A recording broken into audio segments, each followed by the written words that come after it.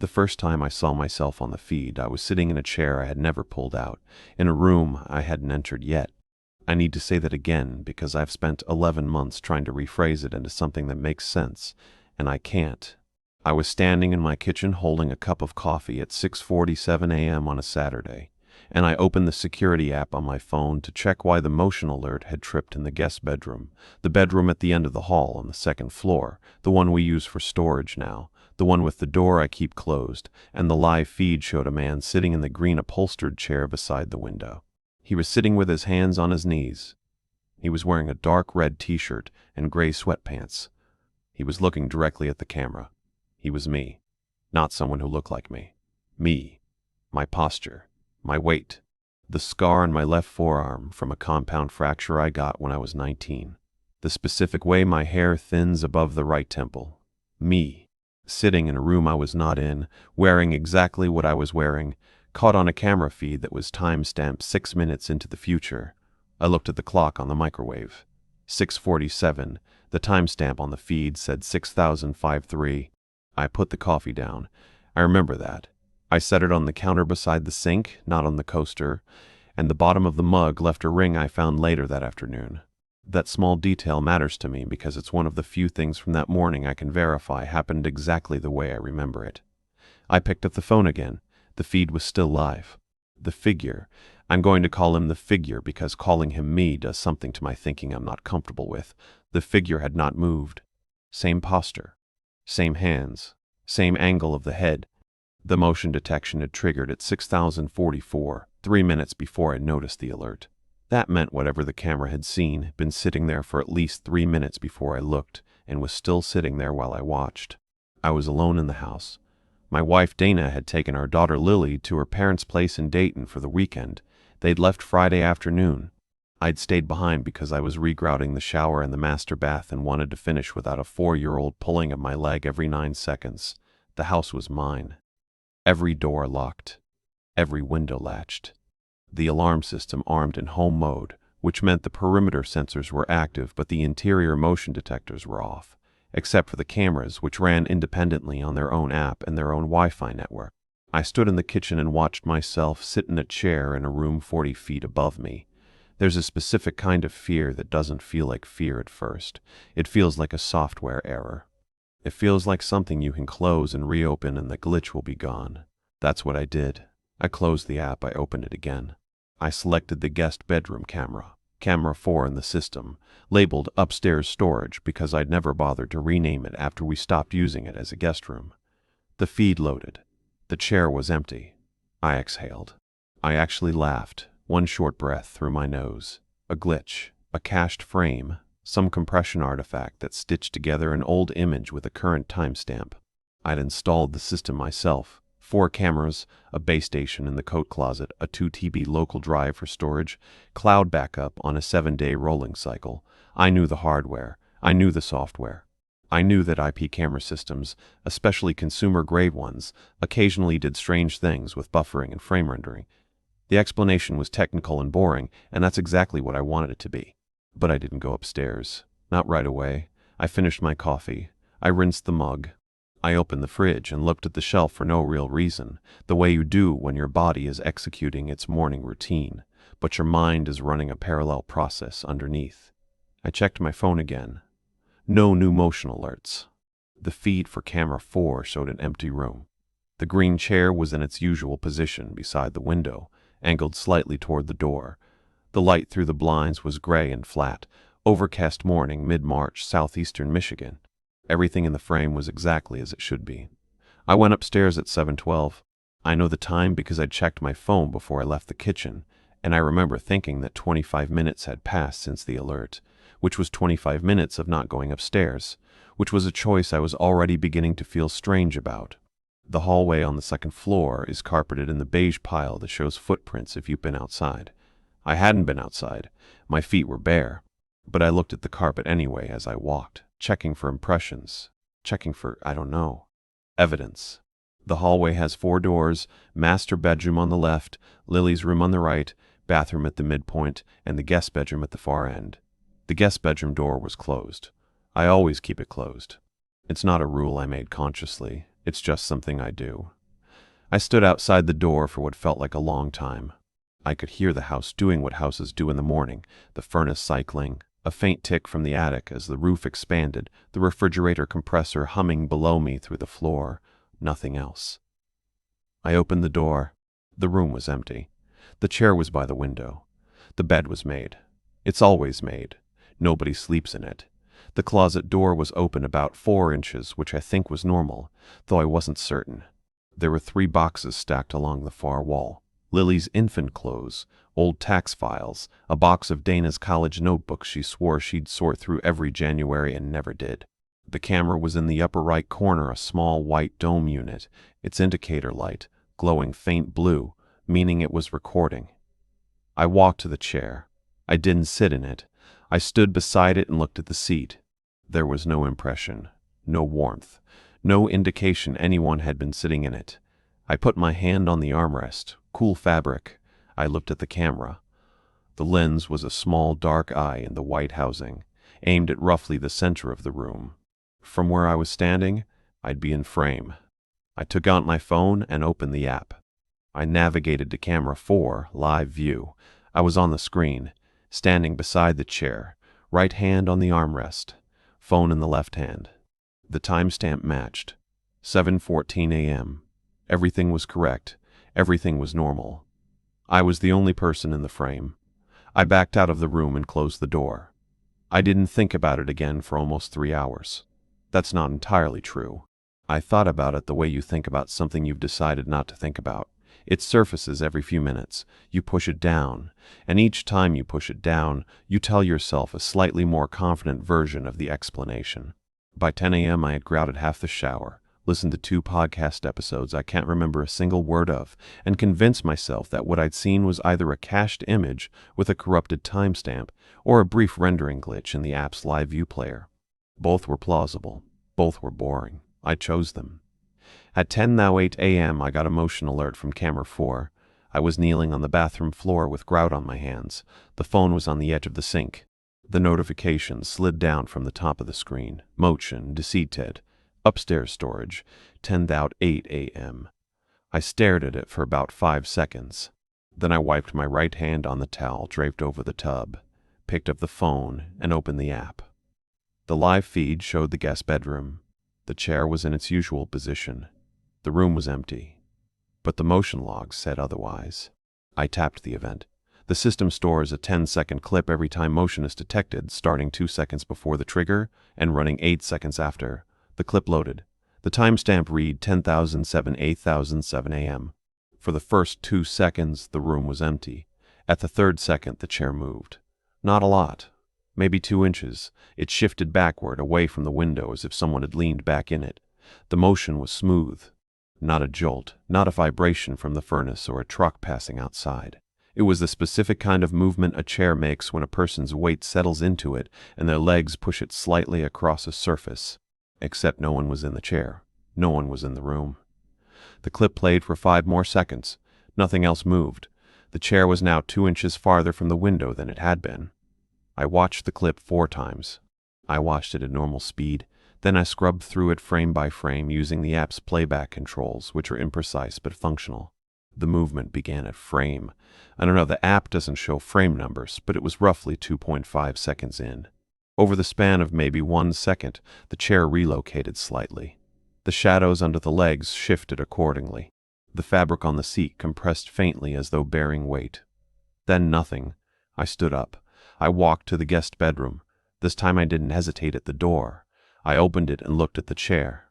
It was 2 inches farther from the window than it had been when I'd checked the room at 7:14. I know this because of the rug. The guest bedroom has a small area rug under the chair and side table, and the chair's front legs had been resting on the rug's border pattern since we'd moved in. Now the front legs were behind the border, closer to the center of the rug. 2 inches, maybe 2.5, enough to notice. Enough to measure if I'd had a tape measure, which I didn't. And I wasn't going to go get one because going to get one would mean I was taking this seriously, and I wasn't taking this seriously. I pushed the chair back. I aligned the front legs with the rug's border. I left the room and closed the door. At 10:31, I got another motion alert. I didn't open it immediately. I stood in the master bathroom with my phone in my hand and let 20 seconds pass. Then 30. I was counting. I could feel my heartbeat in my wrists, which is where I always feel it when something is wrong. Not in my chest, in my wrists, as if my hands are the part of me that understands danger first. I opened the alert. The 10-second clip loaded. The room was empty. The chair was in the position I had just placed it, front legs on the rug's border. For 4 seconds, nothing. At the 5th second, the closet door opened another 3 inches. I set the phone down. I sat on the edge of the tub. I pressed my thumbnails into the pads of my index fingers, which is something I've done since I was a kid when I need to think clearly and my thoughts more organized. I sat there for maybe 2 minutes. Then I went to the guest bedroom. I opened the door. The closet door was open about 7 inches now, 4 more than the baseline I'd estimated earlier. I crossed the room and opened the closet door fully. Inside, a garment bag with Dana's winter coat, a plastic bin of Christmas ornaments, 2 pairs of boots I'd been meaning to donate for a year, a shelf with the humidifier we'd used when Lily was an infant. Nothing else. No one. I closed the closet door completely. I heard the latch click. I tested it, pulled gently. It held. It was latched. I stepped back into the hallway and pulled the guest bedroom door shut behind me. I went downstairs. I opened the security app and navigated to Camera 4's full event log for the day. Here is what the log showed. A conch 6:44 a.m. Motion detected. Puck 6:53 a.m. Motion detected. Punk 6 stick. Ton 08 a.m. Motion detected. Puck 6 stem 20:31 pre a.m. Motion detected. Puck 6 stem 20:31 free a.m. Motion detected. 4 events. I had only received notifications for 3, 6:44, ton 08, and 10:31. The 6053 event, the one time-stamp to the exact minute I'd seen myself on the live feed, had no associated notification in my phone's history. I scrolled back through my alerts. Nothing at 6053. But the camera had recorded a clip. I tapped it. The clip was 10 seconds. It showed the guest bedroom. The chair was by the window. A man was sitting in it. He was wearing a dark red t-shirt and gray sweatpants. His hands were on his knees. He was looking at the camera. It was me. The clip ran for 10 seconds. He didn't move. He didn't blink, though the resolution and frame rate made it hard to be certain about blinking. He sat perfectly still, facing the camera, in a posture I recognized because it was the posture I adopt when I'm waiting, and I know it's going to be a long wait. Settled. Patient. Not tense. Not posed. Just sitting. At the 10-second mark, the clip ended. I went to the coat closet where the base station is stored. It's a small black box mounted on a shelf next to the router, connected via Ethernet to the local hard drive. A standard NAS unit I'd configured 2 years ago. I opened the NAS interface on my laptop, navigated to the Camera 4 directory, and pulled the raw file for the 6053 AM event. The raw file was 10.2 seconds, same as the app clip. I opened it in VLC. I scrubbed through it. The figure was present in every frame. I paused on the clearest frame, approximately 4 seconds in. I zoomed. The resolution was 1080p, which is the maximum for that camera model. The image was sharp enough to see the texture of the t-shirt, the scar on the left forearm, the slight asymmetry of my jaw that I've been self-conscious about since high school, a small mole on the right side of my neck that I'd had checked by a dermatologist in 2021. I was looking at myself. Not a shadow. Not a compression artifact. Not a mannequin or a cardboard cutout or any of the other things I was already trying to generate as alternatives. It was a high-resolution, well-lit image of my body, in my clothes, sitting in my house, captured by my own camera, at a time when I was standing in my kitchen 40 feet below. I saved the raw file to a USB drive. I labeled it 0531 RAW. I still have it.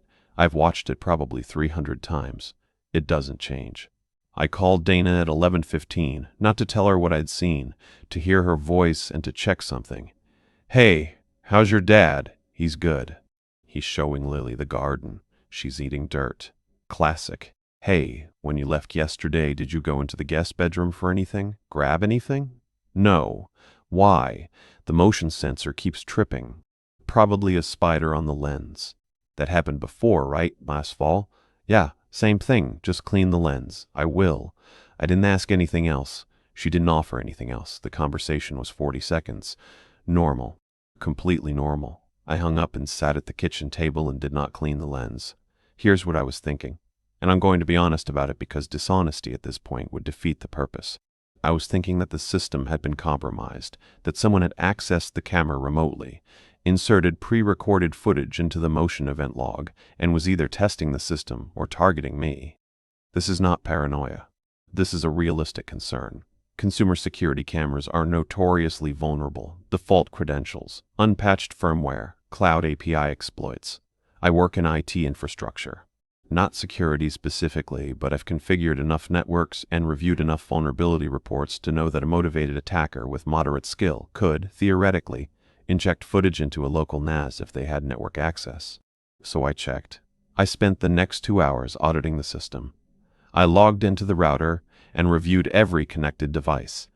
I checked MAC addresses against my inventory. I reviewed the firewall logs for the previous 7 days. I scanned the NAS for unauthorized access attempts. I checked the base station's firmware version against the manufacturer's current release. I changed every password: router, NAS admin, camera app, cloud backup account. I enabled two-factor authentication where available. I disabled remote access to the NAS entirely, meaning the only way to reach the stored footage was from a device connected to the local network. I found nothing. No unauthorized devices. No anomalous connections. No firmware discrepancies. No evidence of tampering at the network level. The system was clean. Not clean in the way that suggests someone covered their tracks. Clean in the way that suggests no one had been there. At 1:40 p.m. I went back upstairs. I stood outside the guest bedroom door. I opened the security app and confirmed the live feed: empty room, chair in position, closet door fully closed as I'd left it. I opened the door. Everything was as I'd left it. Chair on the rug border, closet latched, boxes along the wall. Bed made, the camera's blue light steady in the corner. I stood in the doorway for a while. I was trying to decide something, and the decision was taking longer than it should have because it required admitting a premise I didn't want to admit. The decision was whether to sit in the chair. I don't mean casually. I mean sit in the chair in the exact posture I'd seen on the feed. Same clothes, same hand position, same angle of the head. I wanted to see if the image I'd produce would be identical to the one the camera had captured at 6:53 a.m. If it was, that would mean, well, I didn't know what it would mean. Maybe it would mean the footage was somehow captured from the future.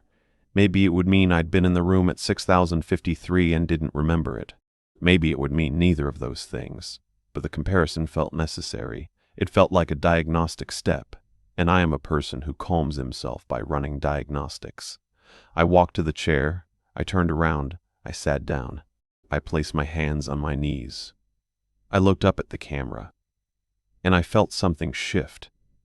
Not in the room. In me. A sensation I'm going to describe as accurately as I can. It was the feeling of already having done this. Not déjà vu, which is vague and fleeting. This was specific and structural. My body knew the exact pressure of the armrest against my elbow. My eyes knew the exact distance to the camera lens.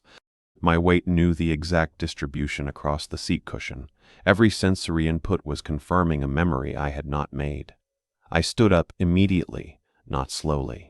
I shoved myself out of the chair hard enough that it rolled back, and I was in the hallway before I'd fully registered that I'd moved. I pulled the door shut. I went downstairs. I picked up my phone and checked the feed. The camera had captured a new motion event at 1:47 p.m. I opened the clip. It showed me sitting in the chair, hands on knees, looking at the camera. 10 seconds. Same posture as the 6,053 clip. Same posture, to the degree that I could compare them on a phone screen. But there was a difference. In the 6,053 clip, the blinds behind the chair showed gray morning light, flat and even. In the 1:47 clip, the blinds showed early afternoon light, slightly warmer, slightly more directional. The lighting was correct for the time of capture. This meant the 6,053 footage was not a copy of the 1,047 footage played back with a false timestamp. The light was different. The shadows fell at a different angle. The two clips were captured at two different times of day. Both showed me in the same chair, in the same posture, in the same clothes. One of them was captured while I was in the kitchen drinking coffee. I didn't sleep well that night. I need to be specific about what didn't sleep well means because the texture of it matters. I fell asleep around 11:30 in the master bedroom with the door locked, which I never do. The lock is a push button on the knob, the kind that exists in houses to keep toddlers from walking in on you, not to keep anything out. I pressed it anyway. I lay in bed with my phone on the nightstand, the security app open, notifications at maximum volume. I woke at 2014 a.m., not from a notification, from a sound. The sound was coming from above me. Not directly above me. The master bedroom is on the second floor, and above it is only the attic, which is unfinished and accessible via a pull-down ladder in the hallway ceiling. The sound was rhythmic. A creak, then silence, then a creak. Approximately every 4 seconds, it sounded exactly like someone shifting their weight in a chair. I lay still. I counted the intervals. 4 seconds, 4 seconds, 4 seconds, 4 seconds, 12 repetitions. Then it stopped. I picked up my phone. No motion alerts.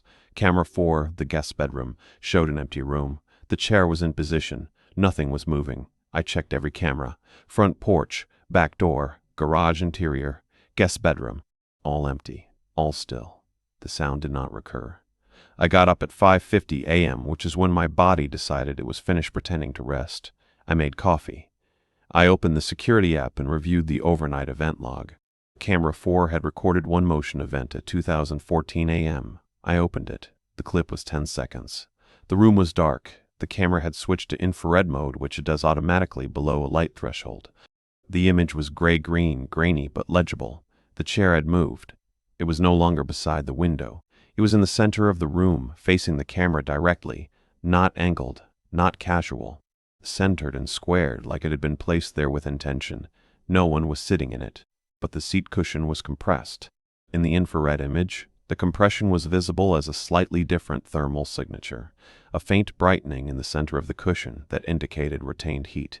Something had been sitting in the chair within minutes of the capture. Something warm enough to leave a thermal impression on fabric. Something that had moved the chair 4 feet from the window to the center of the room without triggering the motion sensor until after it was already seated and still. I went upstairs. The guest bedroom door was closed as I'd left it. I opened it.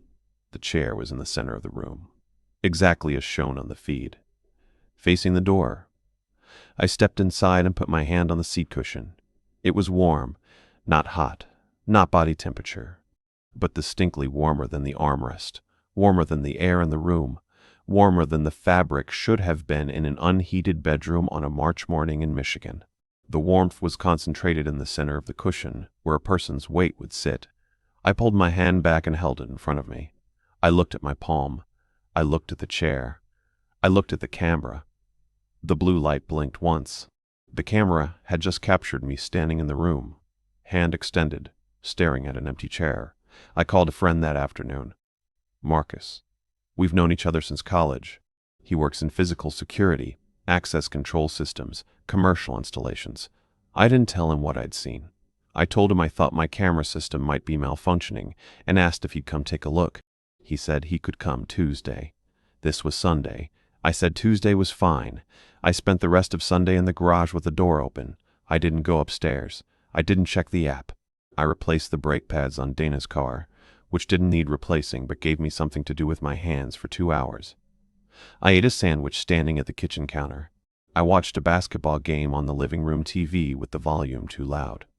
At 9 p.m. I went to the master bedroom, locked the door, and lay in the dark staring at the ceiling.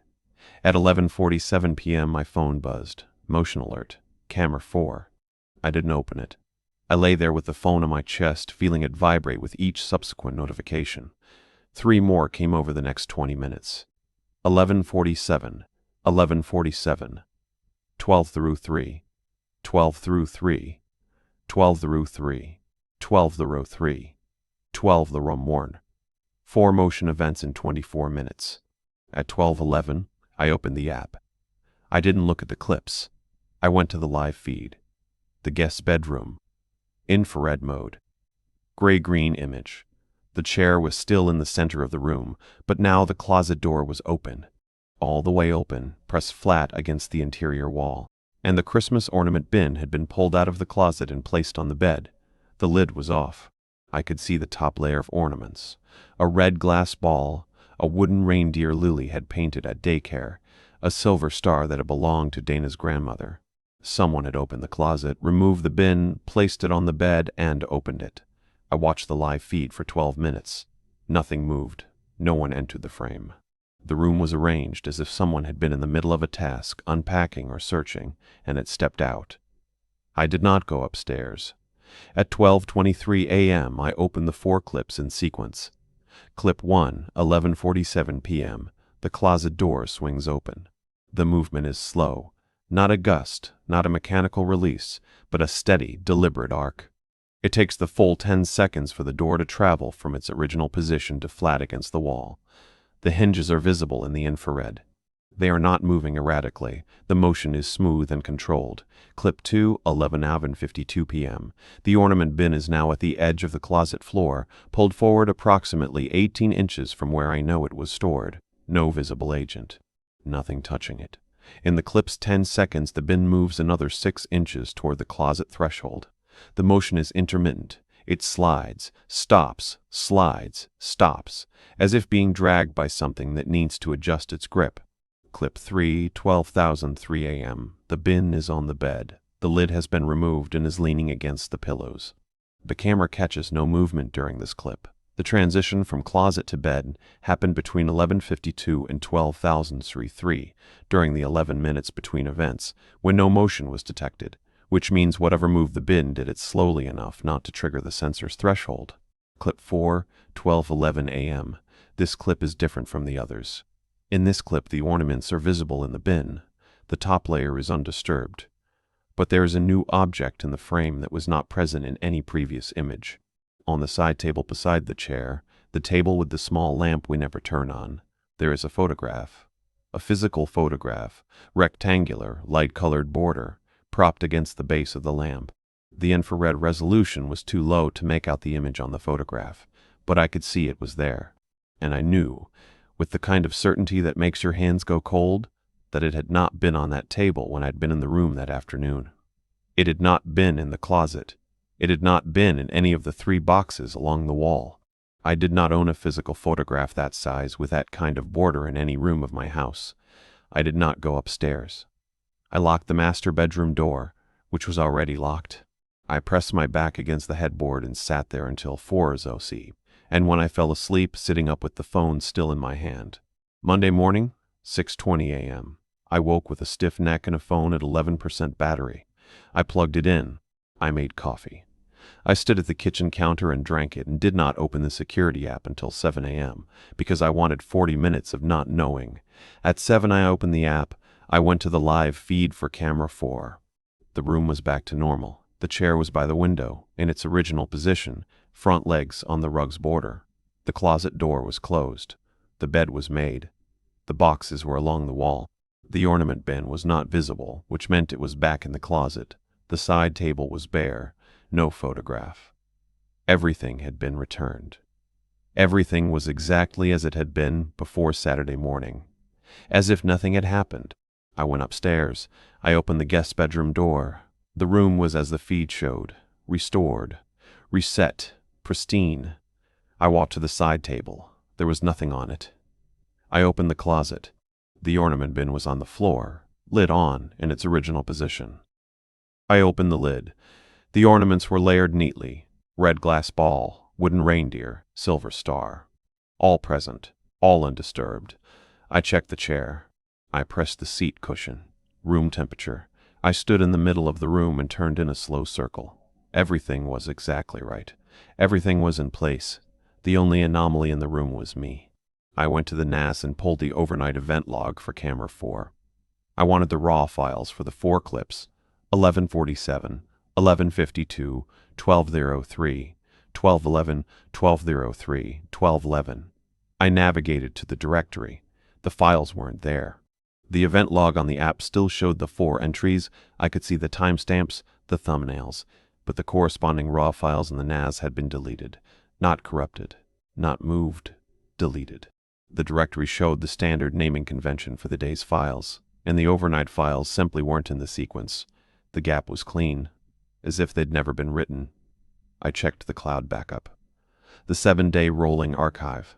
I navigated to camera 4 Sunday night. The cloud contained 3 of the 4 clips. 11,047, 1152, and 12,003 were present, identical to what I'd watched on my phone. Clip 4, the 12:11 a.m. event, the one with the photograph, was not in the cloud. The archive jumped from 12:03 to the next morning's first event at 6:44 a.m., which was me walking into the room just now. Something had selectively deleted the clip that contained the photograph from the local drive and from the cloud, and had left the other 3 intact, as if to demonstrate that deletion was a choice, not a malfunction. I sat down at my desk and wrote everything I've described so far into a text file. I saved it to the USB drive with the 6053 AM RAW file. I labeled it Timeline A01. I didn't know yet that I'd need that numbering system. Marcus came Tuesday evening. I showed him the system, base station, NAS, router, camera placements. I showed him the 6053 AM clip of me sitting in the chair. I showed him the 3 surviving overnight clips. I told him everything I've told you so far. He watched the clips twice. He checked the NAS file structure. He examined the camera 4 unit in the guest bedroom, removed it from its mount, inspected the housing, checked the lens for obstructions or damage. He tested the infrared emitters. He ran a diagnostic on the base station. Then he sat at my kitchen table and said, "The clips are real." What does that mean? It means they weren't inserted. The metadata is continuous. The file sizes are consistent with the camera's encoding profile. The timestamps match the NAS write log. These were captured by that camera at those times. If someone faked them, they did it at the sensor level. They'd have to have physically projected an image in front of the lens. Is that possible? In a lab, sure. In a guest bedroom with no visible projection equipment at 1080p with correct infrared behavior? No, not really. He was quiet for a while. Then he asked, "Have you checked for carbon monoxide?" I had not, but I checked that night after he left. I bought a detector from the hardware store. Not the kind that plugs into the wall, the kind with a digital readout that shows parts per million. I tested every room. Kitchen, 0 ppm. Living room, 0 ppm. Master bedroom, 0 ppm. Guest bedroom, 0 ppm. Attic, 0 ppm.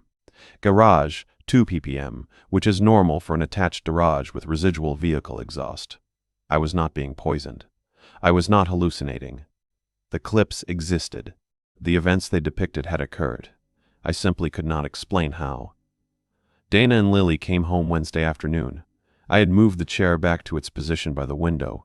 I had cleaned the guest bedroom. I had verified that every camera was operational and every log was current.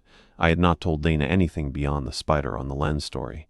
When she walked in the door carrying Lily on one hip and a bag of Lily's laundry on the other, I took the bag and kissed her and felt something I can only describe as preemptive grief, the sadness of knowing something has already changed, even though the person in front of you hasn't noticed yet.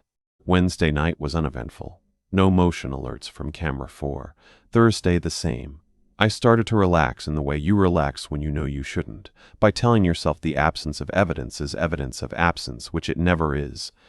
Friday at 3:15 p.m., while I was at work, I got a motion alert from camera 4. I was in a meeting. I excused myself and went to the hallway. I opened the app. The clip showed the guest bedroom. Daytime. Natural light through the blinds. The room was empty except for one change. The chair had been turned around. It was no longer facing the window. It was facing the wall. The back of the chair was toward the camera. It had been rotated 180 degrees on its axis, perfectly centered on its original position, as if someone had stood in front of it, gripped the armrests, and spun it to face the other direction. I called Dana. "Hey, did you go into the guest bedroom today?" "No. I've been at the park with Lily all morning. We just got back." "Why?" "The motion sensor again. I thought you cleaned the lens." "I did. Maybe it's the furnace vibration." "Didn't we have that issue with the garage camera?" "Maybe."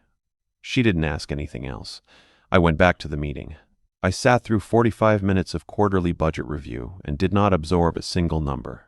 When I got home at 5:30, I went upstairs before taking off my jacket. I opened the guest bedroom door. The chair was facing the window, normal position, as if it had never been moved. I checked the app. The event log for camera 4 showed the 3:15 p.m. motion event.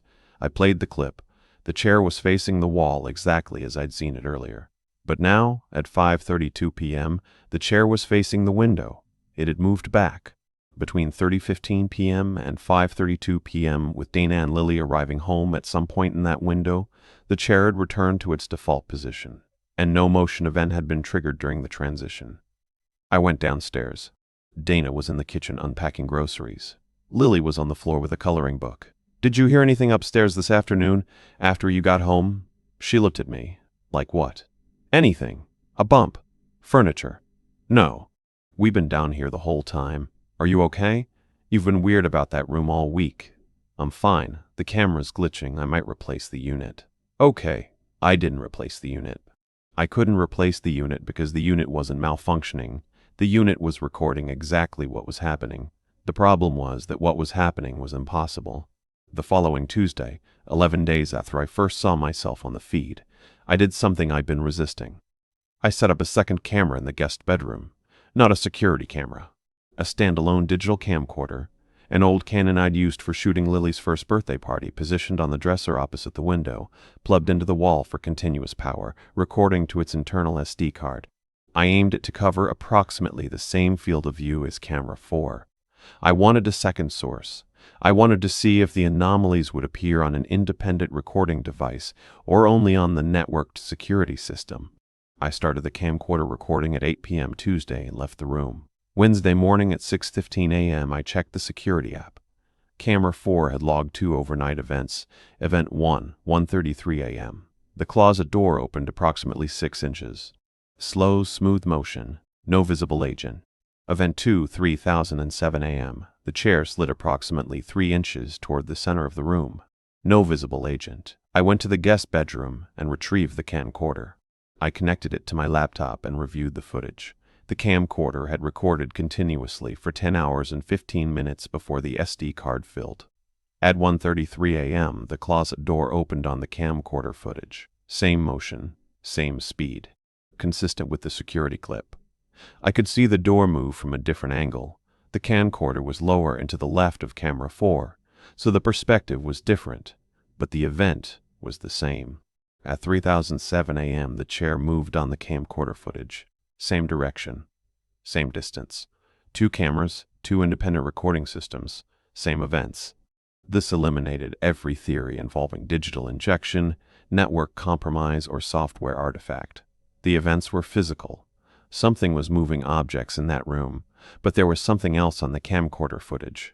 Something camera 4 had not captured because camera 4's motion sensor had not triggered for it. At 2:41 a.m., between the 2 logged events, the camcorder showed the bedroom door opening. Slowly. Over the span of about 10 seconds, the door swung inward from closed to approximately halfway open. Then, for 6 seconds, nothing. The door held its position. The hallway beyond was dark. At the 7-second mark, a figure stepped into the doorway. The camcorder's built-in infrared was weaker than camera 4's dedicated IR emitters, so the image was darker and grainier. But the figure was visible. It was standing in the doorway, facing the room. It was roughly my height and build. It was wearing what appeared to be dark clothing. I couldn't determine color in infrared. Its face was not clearly visible because of the grain and the angle of the camera relative to the door, but the shape of the head, the posture, the width of the shoulders, I recognized them immediately because they were mine. The figure stood in the doorway for 19 seconds. It did not enter the room.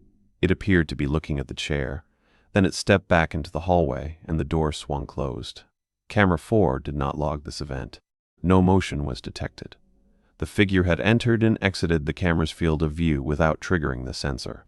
That should not be possible. The sensor triggers on pixel differential, and a human-sized figure crossing the frame would produce a massive differential, unless the system had been told to ignore it, unless the system recognized the figure as something that did not qualify as motion. I sat with this for a long time. I pulled camera 4 from the wall that evening. I opened the housing and examined the circuit board. I'm not a hardware engineer, but I've built enough systems to recognize standard components. The camera was a Reolink RLC18NA, which I had purchased in a 4-pack in 2022. The internals matched the spec sheet. CMOS sensor, H.265 video processor, IR cut filter, Wi-Fi and Ethernet interfaces. Nothing added. Nothing modified. No secondary devices or transmitters. I reinstalled it. I verified the firmware was factory version with no unauthorized modifications. I checked the motion detection settings. Sensitivity was at 50 out of 100. Detection zone covered the full frame. Minimum object size was set to default. There was no exclusion zone. There was no setting that would allow the system to ignore a human-sized object. But it had. On Tuesday night, a figure had stood in the doorway for 19 seconds, fully within Camera 4's detection zone, and the system had not triggered. I enabled continuous recording on Camera 4 in addition to motion events. This would fill the NAS faster, but I needed unbroken footage. No more gaps between 10-second clips. I wanted everything. Thursday, Friday, Saturday, nothing.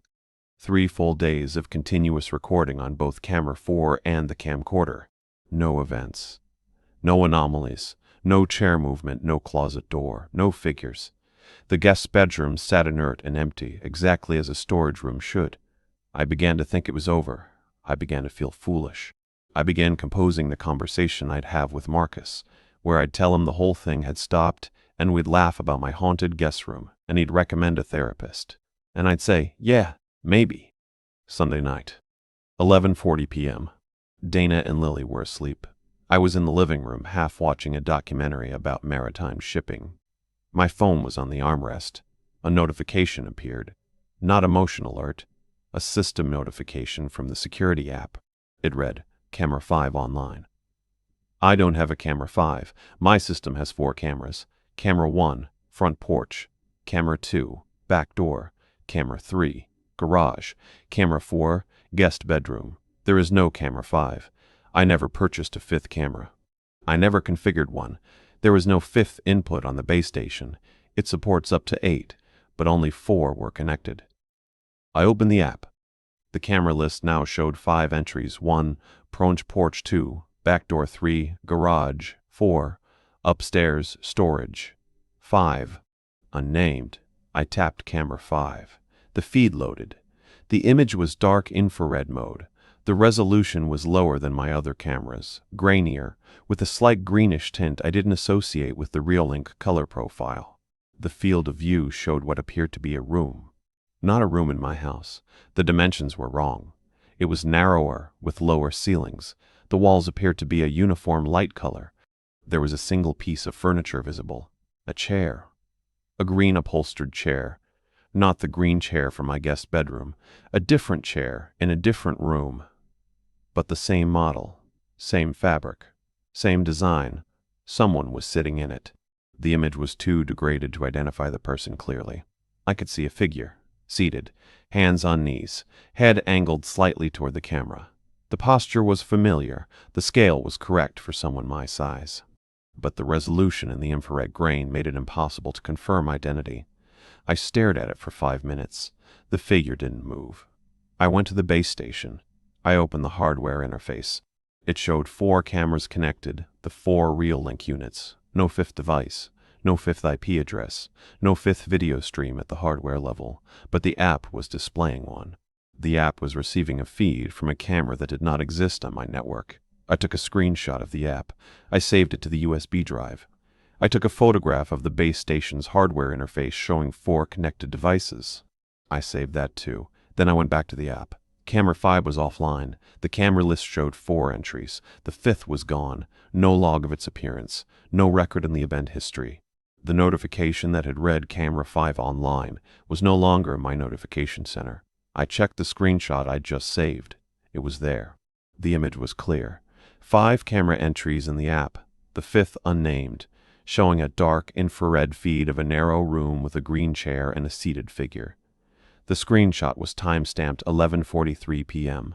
The notification center on my phone showed no alert at or around 11:40 p.m.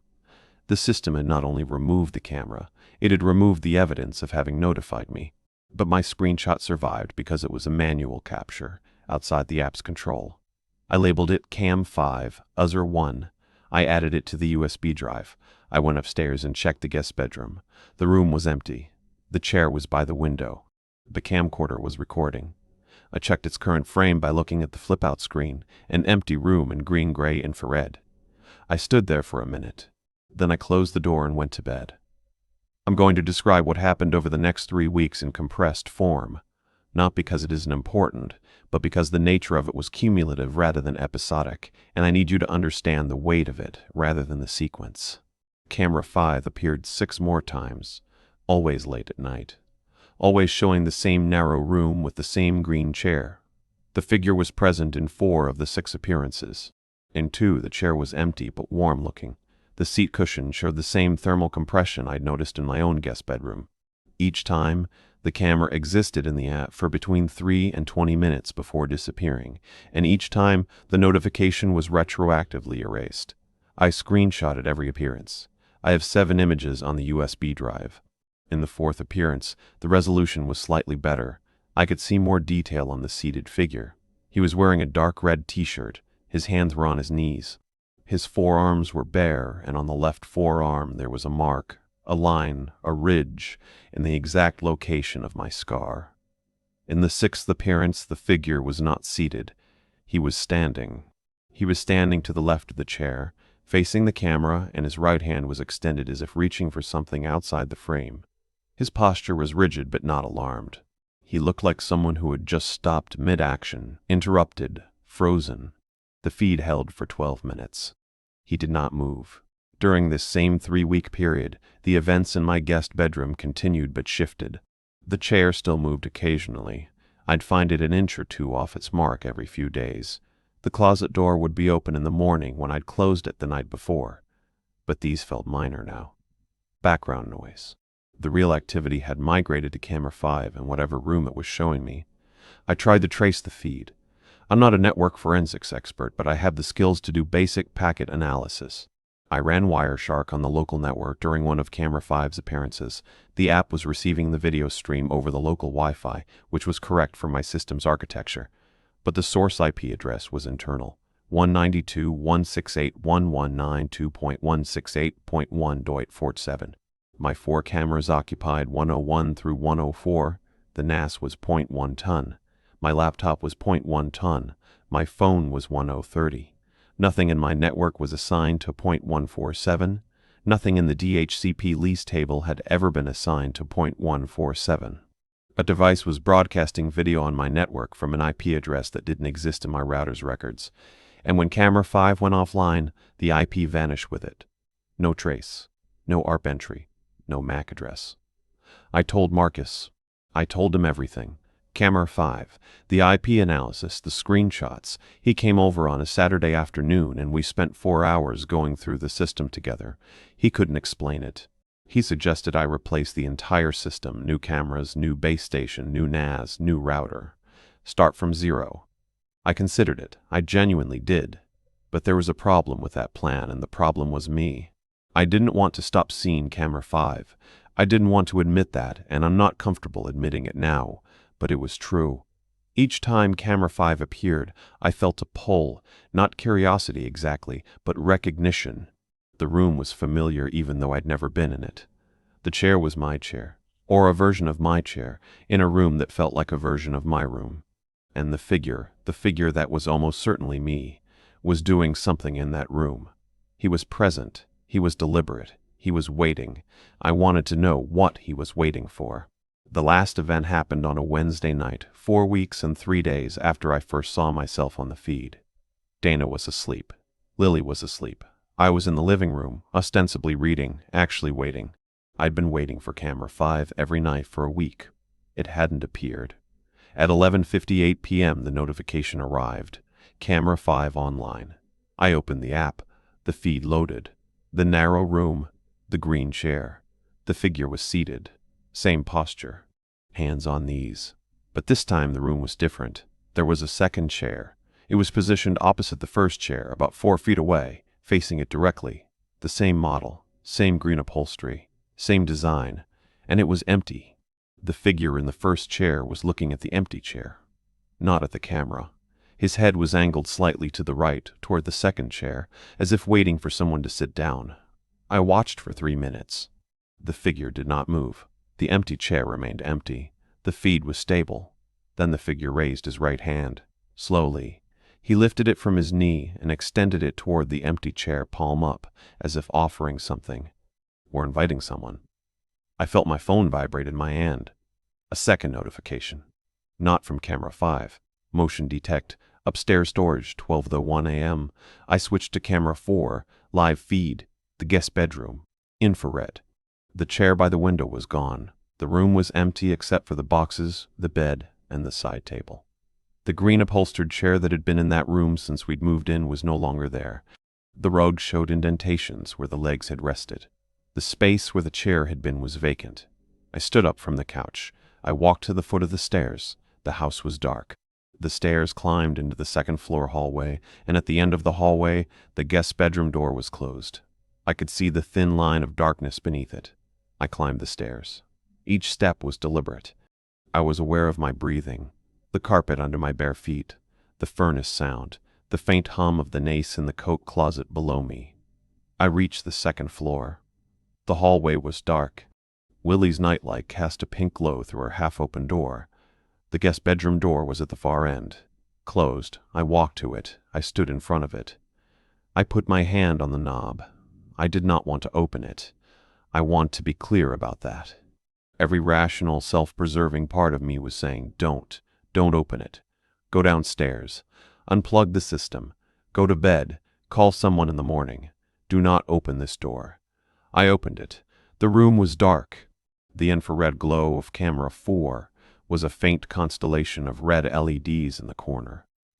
The window blinds let in a thin bar of streetlight. The air was cool. The room smelled faintly of old fabric and dust and something else. Something like static, like the air before a storm, metallic and close. The chair was gone. The space where it had been was empty. The rug showed the 4 indentations. The side table stood alone beside a vacancy. The closet door was closed. The bed was made. Everything else was exactly in place.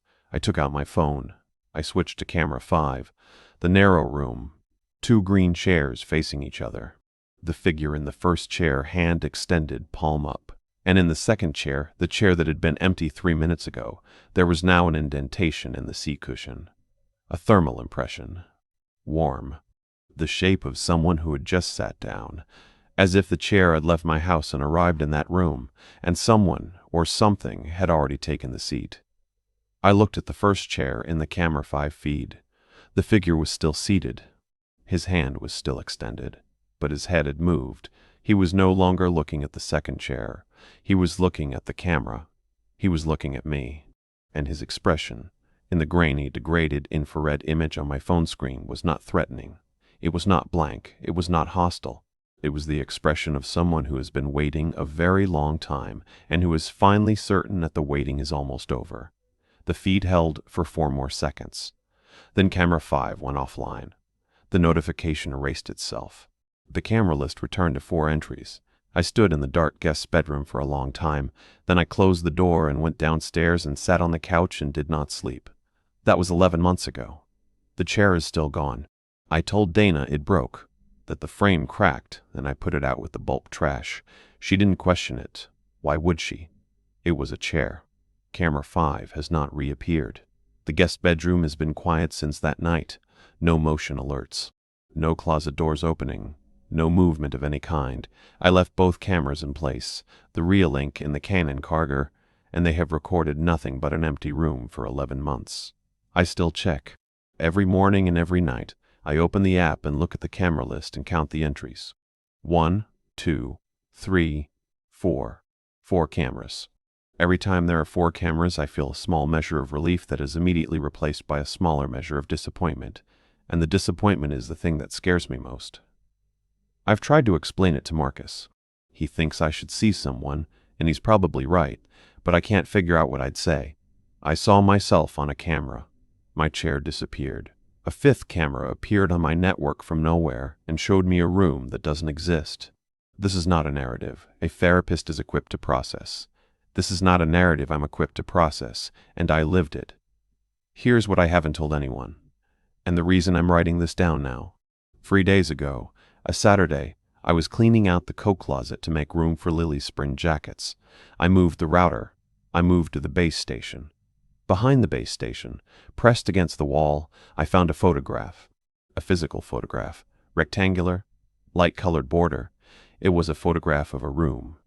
A narrow room with low ceilings and light-colored walls. In the room were two green upholstered chairs, facing each other. One was empty. In the other sat a man. He was wearing a dark red t-shirt and gray sweatpants. His hands were on his knees. He was looking directly at the camera. It was me. The photograph was printed on standard glossy paper. The back was blank, no date, no studio mark, no handwriting. I turned it over 3 times, checking. Nothing. I recognized the room. It was the camera 5 room. The angle matched. The furniture matched. The lighting was different. The photograph appeared to have been taken in natural light, not infrared, but the dimensions, the chair positions, the wall color, the ceiling height, all identical. The photograph showed me sitting in a room I have never been in, taken from an angle that matches a camera that does not exist, printed on paper I did not print, and placed behind equipment in my own home. I should have been afraid. I should have called Marcus. I should have shown Dana. I should have done any number of things that a rational person who has spent 11 months being rational about this would do. Instead, I sat on the closet floor and stared at it, and what I felt was not fear. It was recognition. Not the memory kind, the other kind. The kind where something you've been looking at for a very long time suddenly resolves, and you realize you've been seeing the complete picture all along, but refusing to let your brain assemble it. The room in the photograph is where the chair went. The chair went there because it was needed. It was needed because someone was going to sit in it. And the person who was going to sit in it was me, not the me on the feed. Not the figure in the infrared. Me. The one writing this. The one who's been watching from this side of the screen for 11 months, telling himself he was the observer, telling himself he was the one in control. The chair in that room is still empty. And every night, since I found the photograph, I've been dreaming about a room I've never been in, that I know exactly how to get to, and I wake up each morning with my feet cold, as if I've been standing somewhere without shoes. And yesterday, I checked the security app at 6:47 a.m., exactly 1 year to the minute from the first alert, and the camera list showed 5 entries. I didn't open camera 5. I put the phone down. I made coffee. I drank it standing at the counter. I rinsed the mug, but I didn't delete the app. And I haven't checked the camera list since yesterday morning, not because I'm afraid of what it will show, but because I already know. I've known since I found the photograph. I've probably known since the first morning when I saw myself in the chair and felt not just fear, but something underneath the fear. Something that fit, something that settled into me the way weight settles into a cushion. The chair is waiting. The room is real. And the version of me who's already sitting in it got there by doing exactly what I'm doing now. Watching, documenting, resisting, and then, one night, not resisting. I don't know when I'll open camera 5 again, but the phone is charged, and it's almost midnight, and I can feel my feet getting cold.